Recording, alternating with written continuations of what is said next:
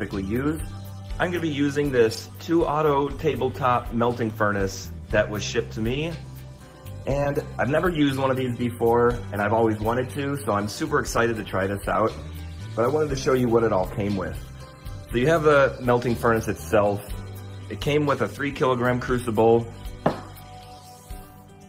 1-kilogram crucible, obviously the power cord, tongs, safety gloves, a manual, and this little mold right here.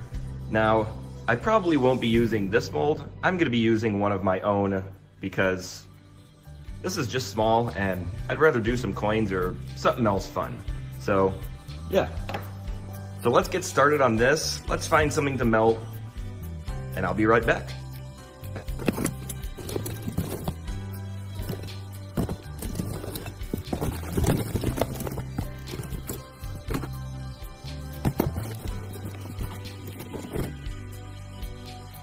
Okay guys, so I found this scrap copper wire. So this is what I'm going to be melting.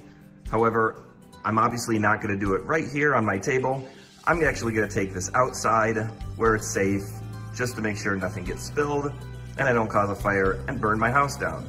So let's take this outside and let's get set up and let's get melting.